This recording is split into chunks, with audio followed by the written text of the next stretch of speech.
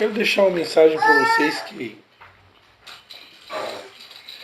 eu já tive a oportunidade de pregar em outros lugares. Aqui para vocês especificamente eu não me lembro, mas são 2 versículos, né, que tive a oportunidade de pregar esses 2 versículos num casamento. Lembra da Maura e do Moacir? Eu preguei esses 2 textos no casamento da Maura e do Moacir, lá na Sociedade Recreativa Humaitá. E vamos lá, Eclesiastes 12. Vou tentar ser rápido, né? Porque as crianças daqui a pouco elas disparam o alarme aí.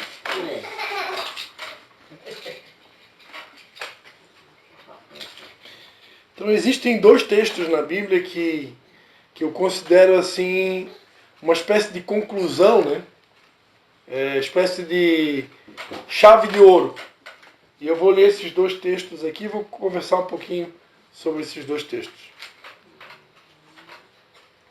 Eclesiastes 12.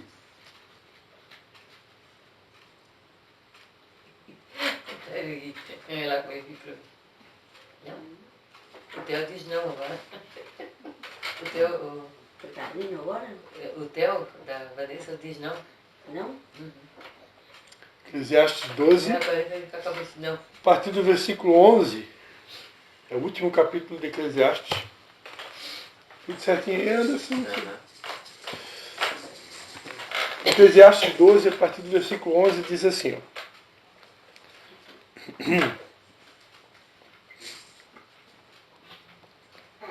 As palavras dos sábios são como aguilhões, e como pregos bem fixados são as palavras coligidas dos mestres, as quais nos foram dadas pelo único pastor.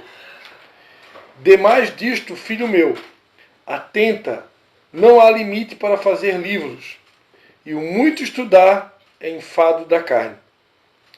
De tudo que se tem ouvido, a conclusão é: teme a Deus e guarda os seus mandamentos, pois isto é todo o dever do homem, porque Deus há de trazer a juízo toda obra, inclusive tudo que está encoberto, quer seja bom, quer seja mal.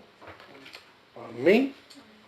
E o outro texto que eu quero ler com vocês, 1 Coríntios 13:13, era o versículo que nós tínhamos na parede do nosso ministério durante muito tempo.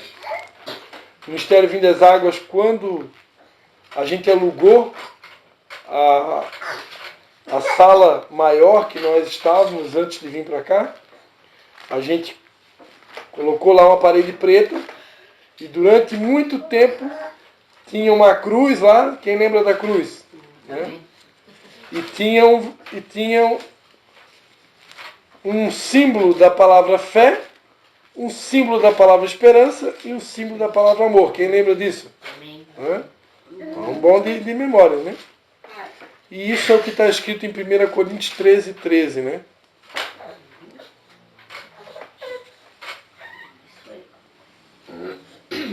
Vou ler do 12 em diante, né? 1 Coríntios 13:12.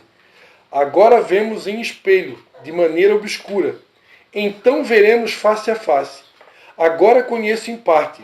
Então conhecerei como também sou conhecido. Agora permanecem estes 3: a fé, a esperança e o amor. Mas o maior destes é o amor. Amém? Pai, em nome de Jesus, que Teu Espírito Santo, Pai, continue nos dirigindo, Pai, e ministrando aos nossos corações. Nós te pedimos em nome de Jesus. Amém. Vou ficar de pé aqui, para olhar todo mundo. Então, eu estava falando para vocês, né, que na minha maneira de ver, possa ser que tenham outros textos na Bíblia, né? Mas esses 2 textos, um do Antigo Testamento e outro do Novo, todos 2 são uma espécie de conclusão. Eu me lembro que eu preguei essa palavra uma vez num sítio, numa vigília, e quando eu fui editar o áudio lá, eu botei o tema, né? A conclusão final. Então, essas palavras são uma espécie de conclusão. Por quê? Porque o versículo que a gente leu de Eclesiastes O camarada que escreveu, né, o pregador, que possivelmente seja Salomão, né, ele escreve 12 capítulos. O livro de Eclesiastes é um livro de 12 capítulos. E quando ele termina de ensinar tudo que ele ensinou, e o livro de Eclesiastes é considerado um livro de sabedoria, né? Assim como Provérbios também. Né? Então tem muita sabedoria, muito conhecimento ali naquele livro. Né? E quando ele termina de falar tudo que ele falou, que ele ensinou, que se você for ler em casa Eclesiastes, se por acaso tiver alguém que ainda não leu, né? Você vai ver que é sabedoria pura, é um monte de conselho, são vários conselhos de sabedoria. E quando ele termina de dar todos aqueles conselhos, ele faz um resumo e ele diz, olha, a conclusão de tudo que eu falei até aqui é: teme a Deus e guarda os seus mandamentos, porque esse é o dever de todo homem. E se a gente for lá para Provérbios, né, pelo menos 2 vezes em Provérbios vai estar lá escrito, né, que o temor do Senhor é o princípio de toda a sabedoria. Então não tem a mínima possibilidade de nós nos tornarmos pessoas sábias se a gente não for temente a Deus. Né? E o que é o temor ao Senhor? Temer a Deus é ter medo de Deus? Né? Tem pessoas que têm medo de Deus. Né? Adão e Eva, Adão, quando pecou lá no Jardim do Éden, pisou no tomate, como diz o gaúcho, né?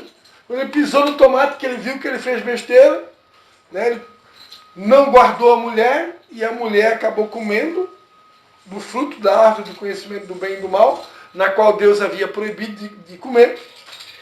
Quando ele se deu conta da bobagem que ele fez, a Bíblia diz que ele se escondeu de Deus. Eles pegaram lá, tentaram fazer uma roupa do jeito deles, né? Para tentar esconder a vergonha. Até então eles nem sabiam que estavam nus. Eles nem sabiam que estavam em pecado. Né? Mas, por quê? Porque havia inocência. Havia pureza no coração deles. Mas a partir do momento que entrou o pecado, a pureza e a inocência foram embora. E aí eles que nem sabiam que estavam nus, e nem estavam preocupados com isso, de repente estavam preocupados. Por quê? Porque a maldade entrou no coração do homem. A inocência foi embora, a pureza foi embora. E ali eles tiveram medo. Né? Tiveram medo por quê? Porque ainda não tinha tanta intimidade com Deus. Não conhecia tão bem a Deus. Quando a nossa intimidade com Deus é rasa, quando o nosso conhecimento de Deus é raso,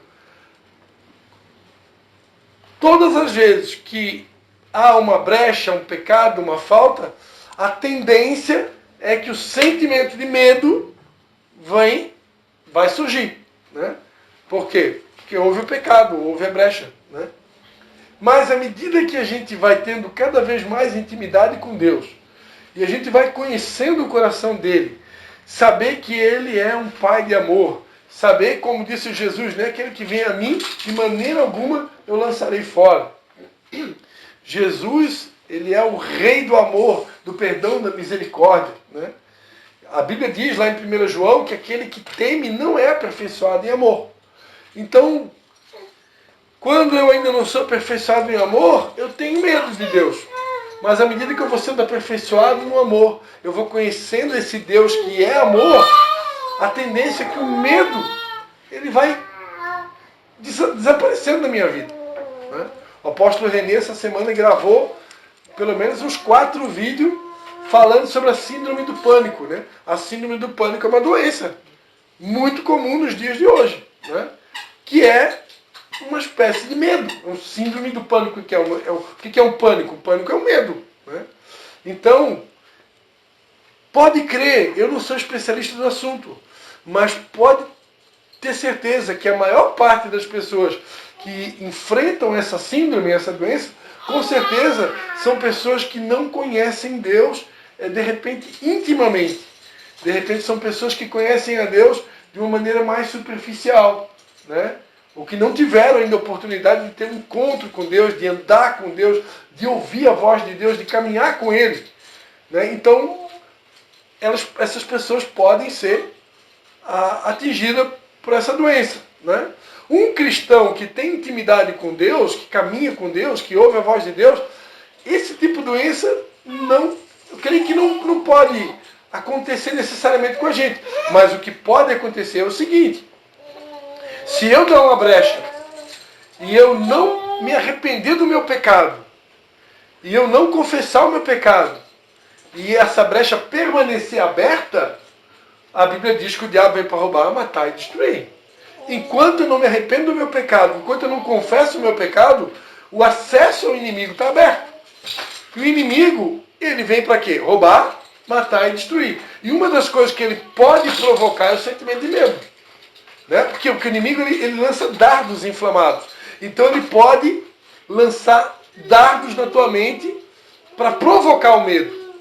E aí tem vários tipos de medo. Né? Tem o medo quando você está passando uma dificuldade financeira, ou uma crise financeira, né? O medo que não vai dar conta, medo que não vai dar conta de comprar o leitinho das crianças, esse mês eu não vou dar conta de pagar o aluguel, esse mês eu não vou dar conta de pagar a luz, né? Esse mês, e agora a criança ficou doente, e a gêmeos ficou os dois doentes, e agora meu salário não vai dar, né? Então o diabo ele pode provocar esse tipo de medo, né? Vem uma doença que nunca aconteceu, uma doença na vida de um pai, da esposa, do filho, né? Às vezes uma doença grave, o diabo ele vai lá e planta a semente do medo. Ó, e agora? O que vai ser do teu pai? O que vai ser da tua mãe? O que vai ser da tua esposa? Então, na hora, se o diabo te atingir com essa semente do medo, você até esquece que Deus te dá poder sobre a enfermidade, poder sobre a doença. Um pai ele tem autoridade sobre um filho de botar a mão sobre a criança e repreender a febre. E se ele orar com fé, a febre vai embora. Né? Eu tenho autoridade para chegar sobre a minha esposa doente e botar a mão sobre a cabeça dela e repreender a doença. Essa semana eu gravei um áudio orando por uma pessoa. Deus colocou no meu coração, eu queria ter orado por essa pessoa pessoalmente, mas não foi possível. E eu precisava muito orar por essa pessoa. Eu gravei um áudio de oração de 3 minutos. A pessoa depois mandou uma mensagem para mim, que ela chorou com o meu áudio. Então, por quê? Porque não precisa estar presencialmente para orar por alguém. Hoje em dia, posso orar pelo telefone. Né? E a oração fez efeito. Por quê? Porque foi pelo Espírito. Né? E é Deus que faz. E é Deus fazendo. E a pessoa foi tocada. E eu tenho certeza que ela recebeu a vitória dela, o milagre dela. Né? Então, mas quando chega uma notícia, imagina, vem uma notícia do médico dizendo que você está com uma doença terminal. Não tem nenhum, pode ser o cara mais cheio de fé do mundo. Pode ser o homem da fé, a mulher da fé. Quando vem a notícia do médico, que você recebeu, que você está com uma doença ali grave, uma doença incurável, você vai tremer na base. O sentimento de medo, ele vem. Por quê? Porque a gente é ser humano. Então nessas horas, até o cara da intimidade, até o cara da oração, ele pode dar uma balançada. Né? Mas a gente não pode aceitar esse sentimento. Porque no amor, a Bíblia diz que no amor não há medo. Antes o perfeito amor lança fora todo medo. Se eu estou em amor e Deus é amor, se eu estou conectado a Ele é a videira verdadeira, eu sou um ramo, eu faço parte dele. Essa semana um amigo meu me chamou a atenção no WhatsApp sobre um assunto que a gente, de vez em quando, a gente esquece disso. E ele foi usado por Deus para me lembrar que, na verdade, isso que eu vou falar agora é profundo ao mesmo tempo simples.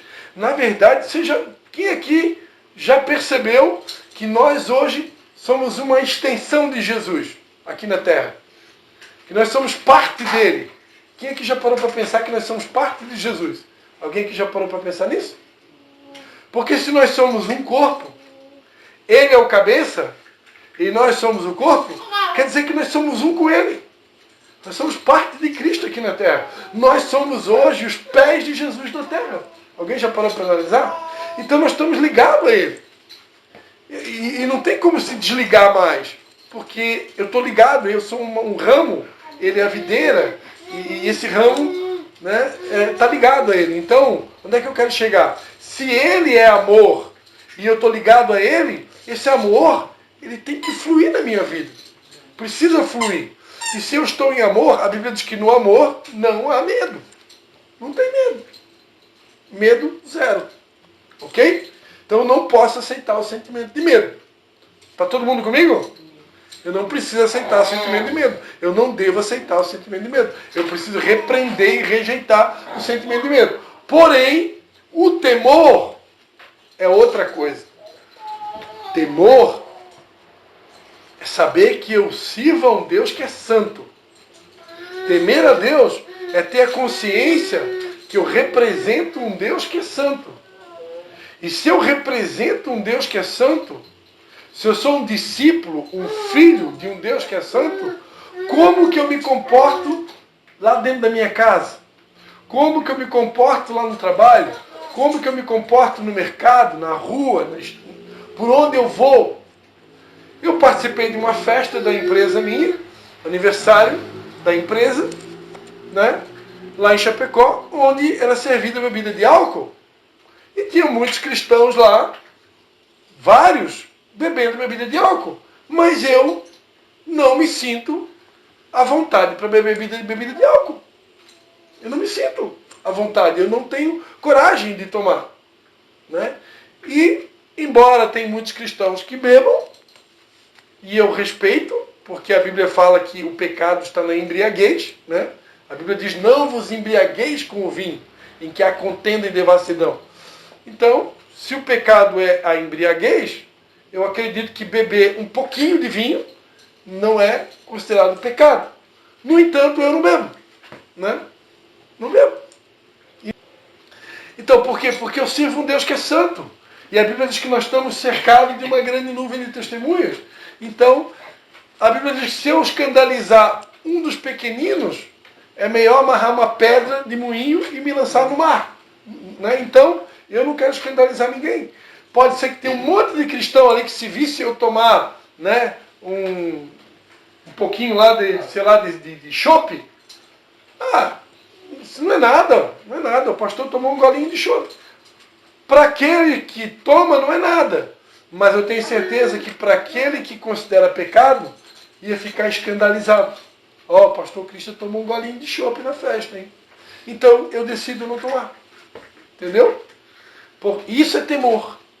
Vocês estão conseguindo entender? Isso é temor. Temor é saber que eu estou sendo monitorado pelo céu 24 horas por dia e que eu estou cercado de uma grande nuvem de testemunhas que estão vendo o jeito que eu falo, o jeito que eu me visto, o jeito que eu me comporto com a minha esposa, o tom de voz que eu falo com os meus filhos, como que eu me comporto no meu trabalho, como que eu me comporto lá dentro de casa, como que eu trato o meu sogro, a minha sogra, como que eu lido com os meus filhos. Eu estou o tempo todo sendo visto.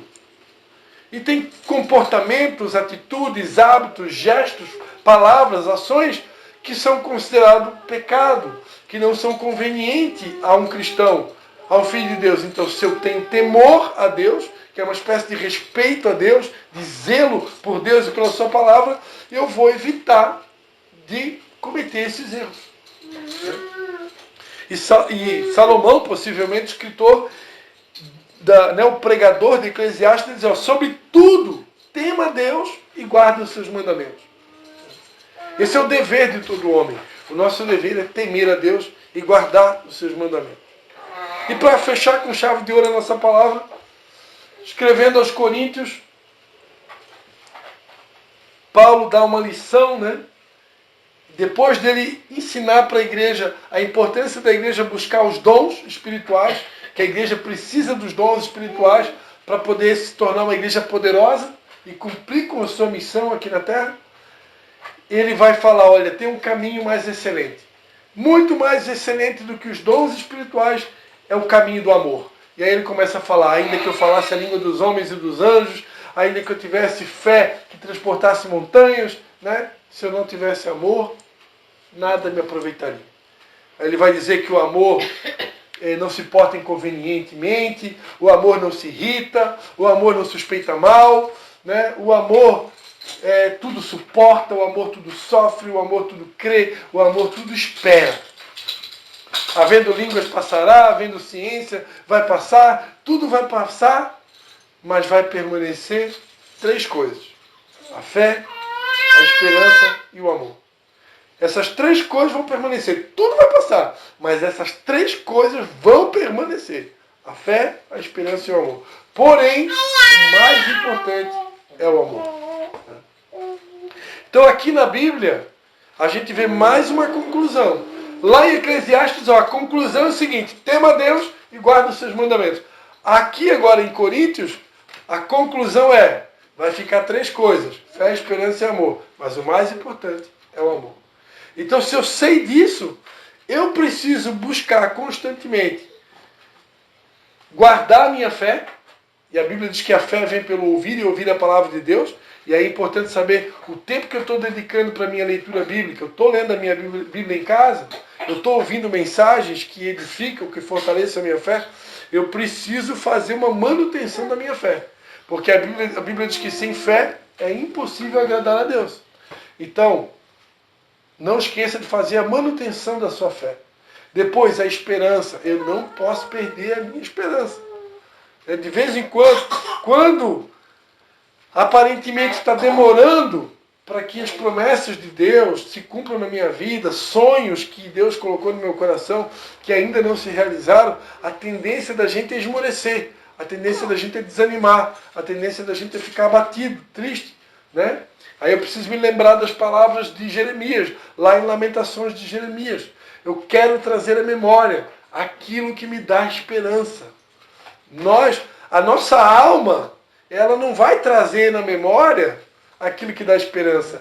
É o meu espírito que precisa estar fortalecido na palavra, que precisa dizer para a alma: ó alma, tu está triste? Ó alma, tu estás abatida?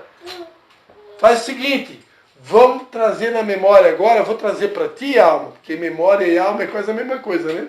Eu vou trazer para ti agora algumas coisas, algumas lembranças, para ti ter esperança. Porque eu não posso perder a esperança.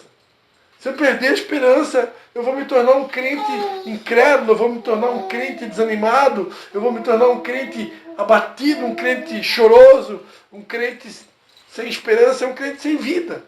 Então eu não posso perder a esperança. Embora que a Bíblia diz que a esperança adiada faz adoecer o coração. Então quando nós temos promessas e sonhos sobre a nossa vida que parece que não se cumprem nunca, isso faz o coração ficar doente, né? E não é fácil lidar com esse sentimento, né? Eu preciso realmente me fortalecer no Senhor e buscar na palavra e na intimidade com Deus força para não esmorecer. Na certeza que há um tempo determinado para todas as coisas, né? E no tempo certo, o que Deus prometeu sobre as nossas vidas vai se cumprir. É no tempo dele, não é no nosso. Mas no tempo se cumpre. Amém? E finalmente, o mais importante de tudo é o amor, né?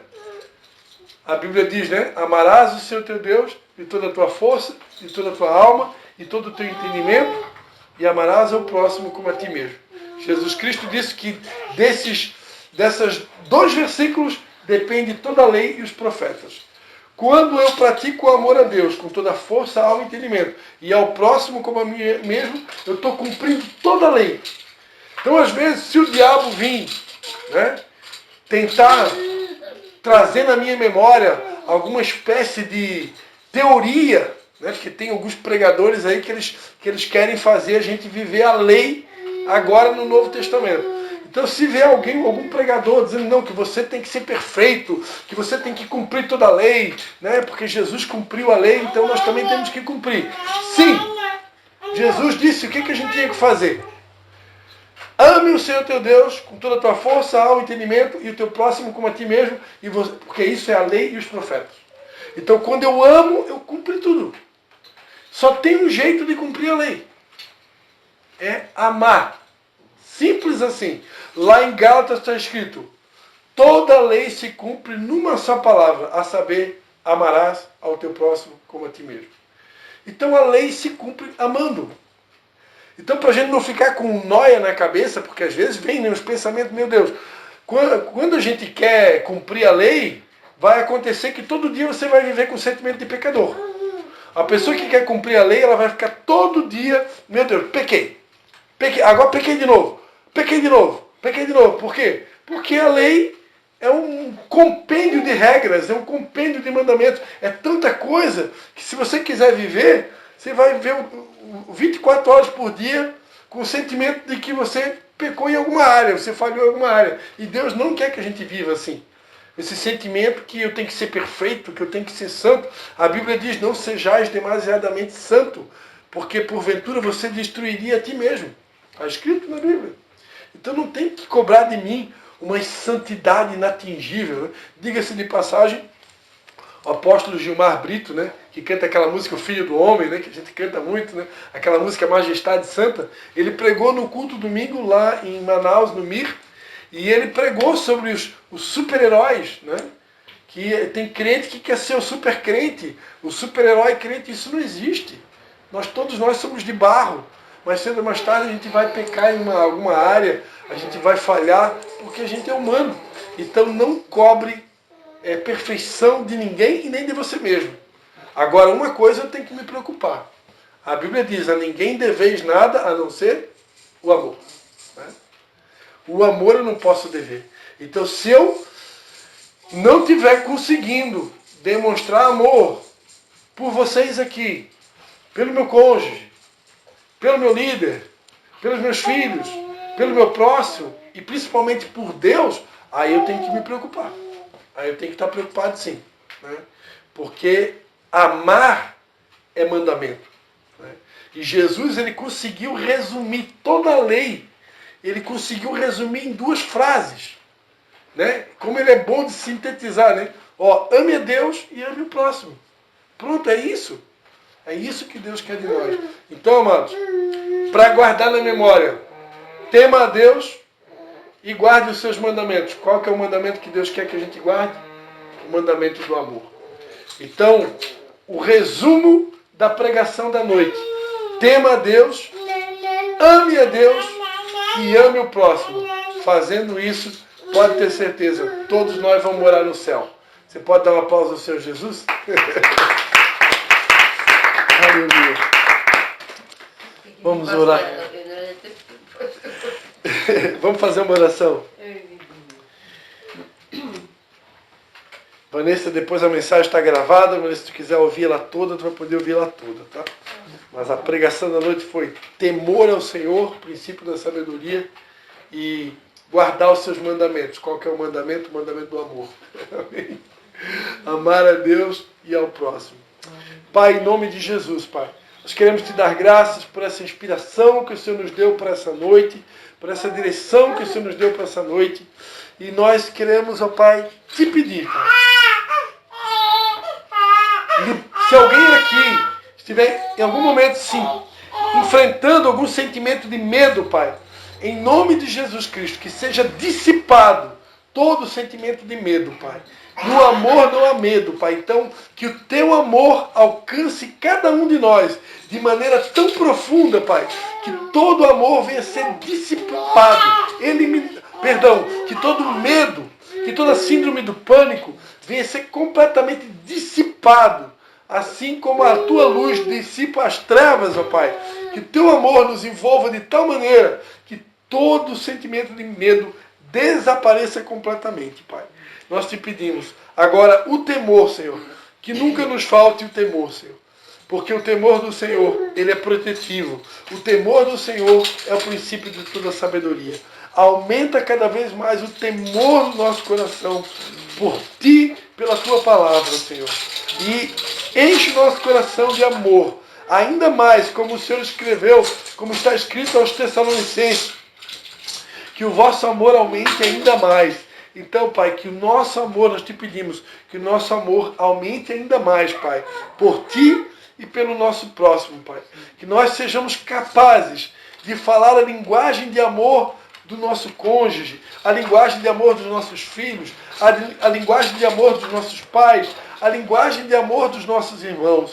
Às vezes, ó Pai, nós comunicamos uma outra linguagem e por isso as pessoas não se sentem amadas e nós também não nos sentimos amados. Então nos ensina, Pai, a identificar a linguagem de amor do nosso semelhante, para que nós possamos amar cada um como deve ser amado, Pai. Em nome de Jesus. Nós te pedimos, Pai, em nome de Jesus.